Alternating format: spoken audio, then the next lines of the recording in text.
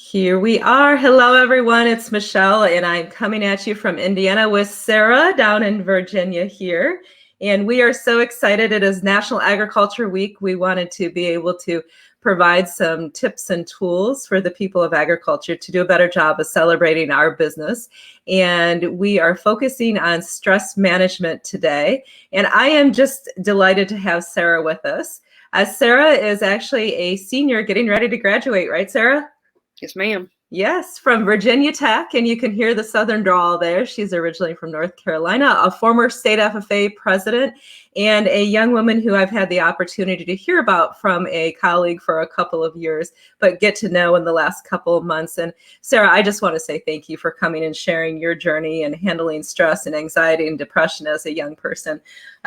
This is a topic that is near and dear to so many people's hearts. So I guess right off the bat, because we do have several people joining us, welcome to everyone. If you have questions, feel free to post them, and we will make sure that they get answered as much as we can. But Sarah, right off the bat, what are 3 tips that you think would be able to help young people, or that you've observed, and how young people are being affected by stress? Of course. Well, thank you again for having me. I really do appreciate it. And like it was kind of mentioned on before, I'm from North Carolina, but I go to Virginia Tech. I kind of got my start in agriculture. I started showing dairy cows when I was 5 years old, and that's really all it took. So from then on, I was really heavily involved, and I'm really thankful to have been a part of the organizations I have been. But to answer the question, I think personally that understanding how stress impacts young people is so important, yet there's not a ton of information on it because it's kind of an uncomfortable topic to talk about. And I think that, as a farm kid, especially, and in agriculture, we're taught from a very young age that life is tough and you get through it. And so from an early age, you're taught, you don't probably need an ibuprofen. You feel fine. And what I think we don't realize is that anxiety presents itself in a lot of different ways, especially in young people and even when we're kids. Because I remember telling my teachers that my stomach didn't feel good, and I just had a stomach ache or something along those lines. And it was actually just, I wasn't sick, but it was really just my anxiety presenting itself. And so we're taught from that young age that we don't necessarily need the meds, and that life is tough, and you kind of, you hustle through it and you keep going. And I think that's one way we can try to break the stigma going forward. And another point is that, young people don't always necessarily feel like their feelings are validated, because we are always hearing about how someone else has it way worse. Because especially in agriculture, we're taught how, I might be a young person in agriculture, but I know that there are so many other people in the industry that are facing so many other tough times that I probably can't even comprehend. But the thing is that, this is my life, our life, and we haven't had to face those tough times yet. So we don't, the tough times we are faced with, we don't know how to handle those yet. So I think that if anyone wants to help a young person feel more validated, it's saying, yes, you are allowed to have those feelings and it's okay. And I think another point that I have here is just an overall super competitive atmosphere for young people in agriculture. And I realize that a lot of times we think that a lot of young people aren't involved in agriculture as they are, but they really are. If you're seeing anyone in 4-H, FFA, Agriculture Future of America, etc., you're seeing just how qualified and competitive young people are. Because for me and my peers, I feel like the future of the industry is really bright because of all I know that myself and my friends and others have to offer. Well, great perspective. So basically, to boil it down, is to understand that stress impacts young people when anxiety presents itself in different ways, being able to validate really what their experiences are rather than minimize it, and then also understanding that they're in a super competitive environment. Did my notes get about right? You got it. Excellent. Thank you. Well, as a mom of a soon-to-be college student, I can tell you that it means a lot to the people of agriculture that you're willing to talk about your walk through mental health issues and trying to deal with the stress, because I know that young people today are under immense amounts of pressure. So what do you really wish that people understood about stress and young people and mental health and your journey? And feel free to share whatever you want to, as far as I know you had some real challenges in the show ring and throughout your FFA career, and you've been able to overcome those very successfully, clearly, with multiple internships and I know multiple successful dairy judging competitions. But what's something you really wish that people knew? Right. I think that the one thing I hope people take away in general is that if you can offer to be just a set of ears to listen to someone, that means more than you'll ever know.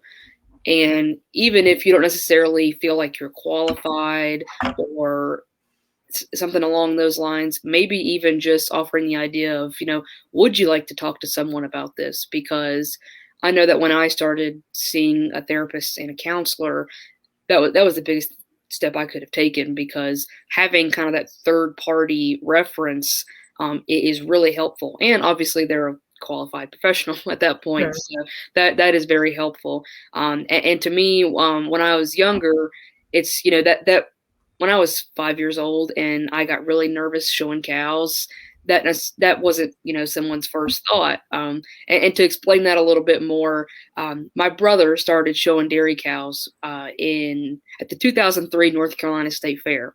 So I went with him, and I thought that it was the coolest thing ever. I got to walk around in the show ring, and I was hooked at that point. And the following spring, for my birthday, my dad got me a little Holstein calf, and I was super excited. And then maybe later that year, definitely next year, and probably until I was at least 9 or 10, I would get so nervous at cow shows, because the thing is that I absolutely loved what I was there to do, but I got so scared of people and having to walk in the show ring, because I wasn't scared of my cow, but I was scared. What is the judge going to think of me? What are the spectators around the ring going to think of me? And I mean, this to the point. I mean, in the way this kind of anxiety presented itself, I mean, I would hyperventilate.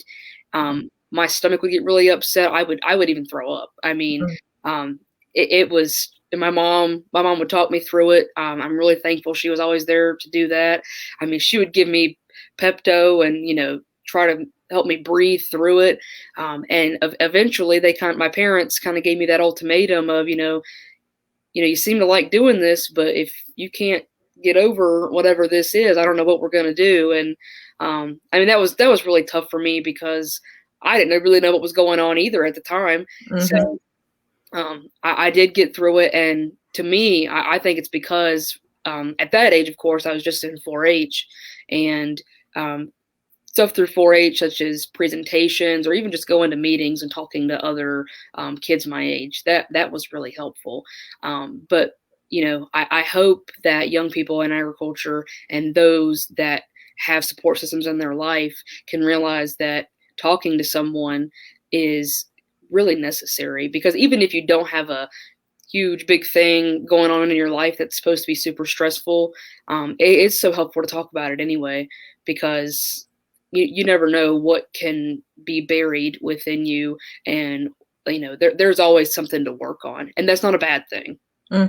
Well, humans are designed to have other humans around them, for sure. So let's talk a little bit about your journey into therapy. And you had mentioned early on that we're taught in agriculture pretty much that we pull ourselves up by the bootstraps, we move on, we get over it, we solve problems, and we don't worry about all these mushy feelings. That's summarizing it a bit for you. But would you say that going to a therapist, did you feel weak, or what made you decide to finally go and talk to a therapist? Right. That is a great question. And I actually didn't see a therapist until my first year of college. And for me, I just kind of got to the point of I didn't feel happy. I would get really angry at stuff that shouldn't make someone angry. Mm-hmm. And I could cry, honestly, almost on demand. And my parents and my friends and family, they realized that something just wasn't right. And to me too, I didn't like that feeling, because I liked being someone that other people could, try to like. I mean, who Right. who doesn't want that? And so, seeing a counselor my first year of college, that was so helpful, and I didn't know I needed it. And the thing is that you don't really know them, and that's okay. And you can cry, and there's no judgment. You talk through what you can, Mm-hmm. and it's just so helpful. And because to me, what I experienced with a counselor is that, you kind of give them a huge spiel, and then they kind of walk you through some of those smaller details, and they pick out um, what may be going on in your life. And to me, it's kind of like, well, I didn't really think about it that way before.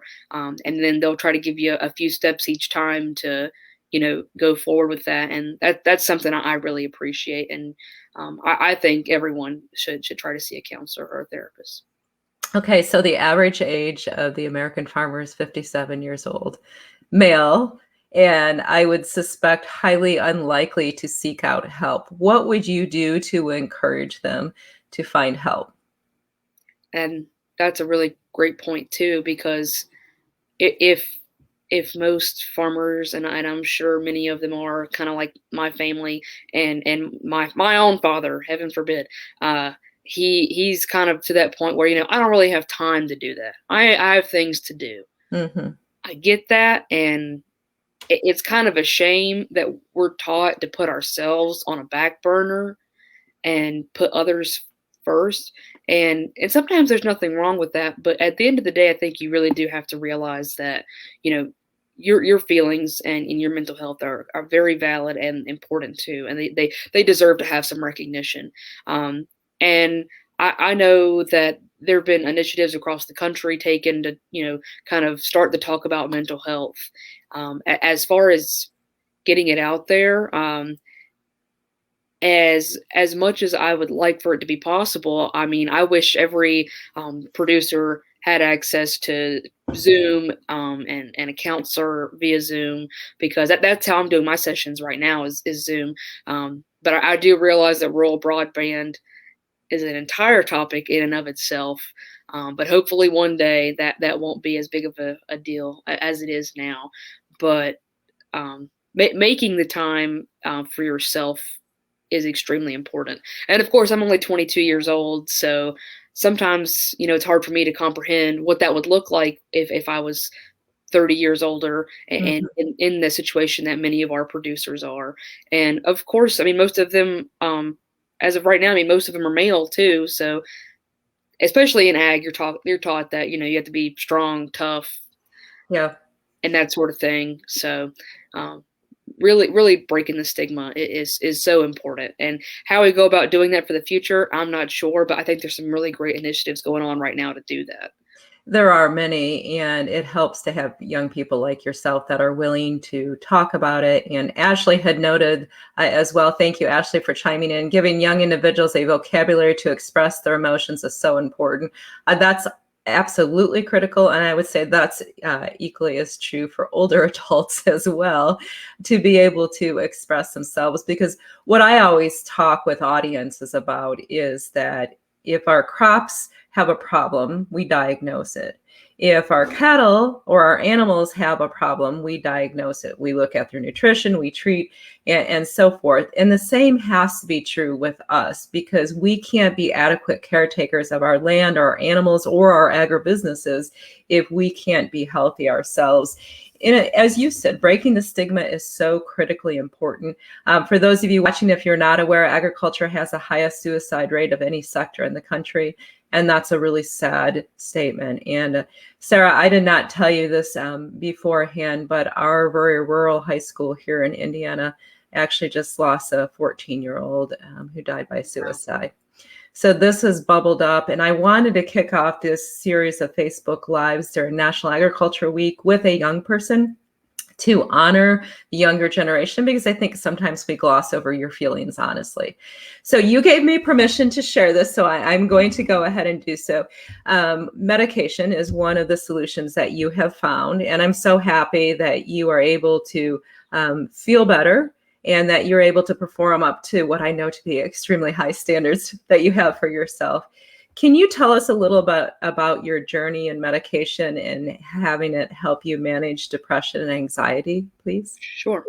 So the first time I really started taking anything, it was the spring of 2017, and I kind of saw a physician at my local doctor back in North Carolina, and I kind of talked through what was going on, and she said, it definitely sounds like you're experiencing some anxiety and depression, and that's very true. So she offered Zoloft for the first time, and I had never taken anything like that before, and so you try to take it at the same time every day, or at least I try to. And for me, going forth from that, I did notice it was helping for sure. Like, I noticed that those feelings of anger or extreme emotion were mitigated, which I really needed.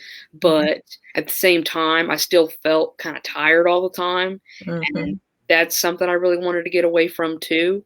And I think the younger generation is perceived as kind of lazy and won't do anything, but They say that about every younger generation. It's just a thing, well, Sarah. Don't let it get to fair you. too. But honestly though, if you are experiencing like extreme signs of depression, like honestly, it's not you that's tired, it's your depression that's making you tired. And that's something really difficult to get over. So Yeah. I went back to my doctor, and we talked about it, and I eventually got transitioned over to Lexapro, which I've been on for a while now. And to me, I really like Lexapro. Because it kind of gave me that extra oomph that I needed for throughout the day. I wasn't feeling as tired. Sometimes I will go through phases where I'm still kind of sluggish, but that's also part of being a senior in college too. So Right. anyways, but I would say that there's definitely no one medication that fits all, because I know people that have had success with Zoloft while I didn't, and I also know those that have not had success with Lexapro while I do. And it just depends on your needs, and sometimes it's a bit of a trial and error in my experience anyway. Well, and it's interesting to look at the science behind it, because I certainly am not a mental health professional. But when you look at what chronic stressors does to the brain, research has actually shown that chronic stress over time and the resulting cortisol can shrink a brain. And I'm not saying that your brain is shrunk, to be clear, Sarah, but for everyone who's watching, depression and anxiety and other symptoms are a natural outcome of that chronic stress, because scientifically and chemically it is affecting your body and your brain. And whether you want to accept that as a sign of strength or weakness is completely up to you, but it is a scientifically proven point. So, Sarah, when you look at your own experience, whether it would be through FFA, I mean, a state FFA president is not exactly the type of person that most people would expect to be on talking about stressors and mental health, right? When you look at your experiences in high school and in college, or even younger, what are some of the signs that we should be looking for stress, anxiety, and depression in young people? The signs that we feel like maybe we're missing or we're just not seeing. Right. And personally, this can look different for everyone, I think. But definitely when I was younger, it was those stomach aches. It looked like I was physically sick. Mm-hmm. And that's just because and that can still happen too. If something gets to you so bad, you can have nausea and just feel like complete manure. So, but honestly, as I've gotten older, to me, for me, it would more so look like I would get angry at things a lot quicker than someone should, or I would get angry at something that didn't necessarily require that kind of emotion at all. Mm-hmm. Or to me, it's either a one end or the other of the spectrum. So you either kind of have like this extreme emotion, or you seem to not display any at all. And so you kind of have this really huge expression of apathy. Like you kind of stop caring about whatever's going on.